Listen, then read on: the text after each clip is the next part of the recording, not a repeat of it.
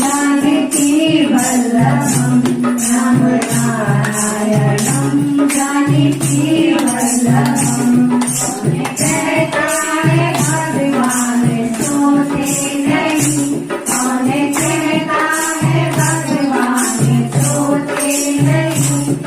यशोदा के जैसे सुलावे नहीं